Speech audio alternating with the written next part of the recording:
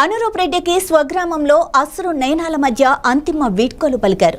రంగారెడ్డి జిల్లా అబ్దుల్లాపూర్ మెట్ మండలం కవాడిపల్లి గ్రామానికి చెందిన 23 ఏళ్ల అనురూప్ రెడ్డి భౌతికాయం ఈ రోజు ఉదయం హైదరాబాద్ రాజీవ్ గాంధీ అంతర్జాతీయ విమానాశ్రయానికి చేరుకొని అనంతరం స్వగ్రామానికి తరలించారు. అమెరికాలోని లూసియానా రాష్ట్రంలో సెవాన్ నదిలో మునిగిపోతున్న ముగ్గురు స్నేహితులను కాపాడిన అనురూప్ రెడ్డి చివరకు తాను నీటిలో చిక్కుకొని ప్రాణాలు కోల్పోవటం అందరినీ కలిచివేసింది.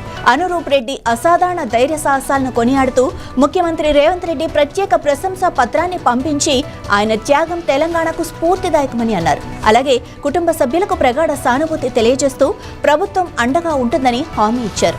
మరోవైపు అనురూప్ మృతదేహాన్ని స్వదేశానికి తీసుకురావడంలో ఎంపీ చామల కిరణ్ కుమార్ రెడ్డి ప్రత్యేక చొరవ తీసుకుని అధికారులతో నిరంతరం సమన్వయం చేశారు. ఇక స్వగ్రామంలో నిర్వహించిన అంత్యక్రియల్లో ఎంపీ చామల కిరణ్ కుమార్ రెడ్డి, ఎమ్మెల్యేలు మల్లారెడ్డి, రంగారెడ్డి, మందుల సామేల్ తదితరులు పాల్గొని పూలమాలలు వేసి ఘన నివాళులర్పించారు.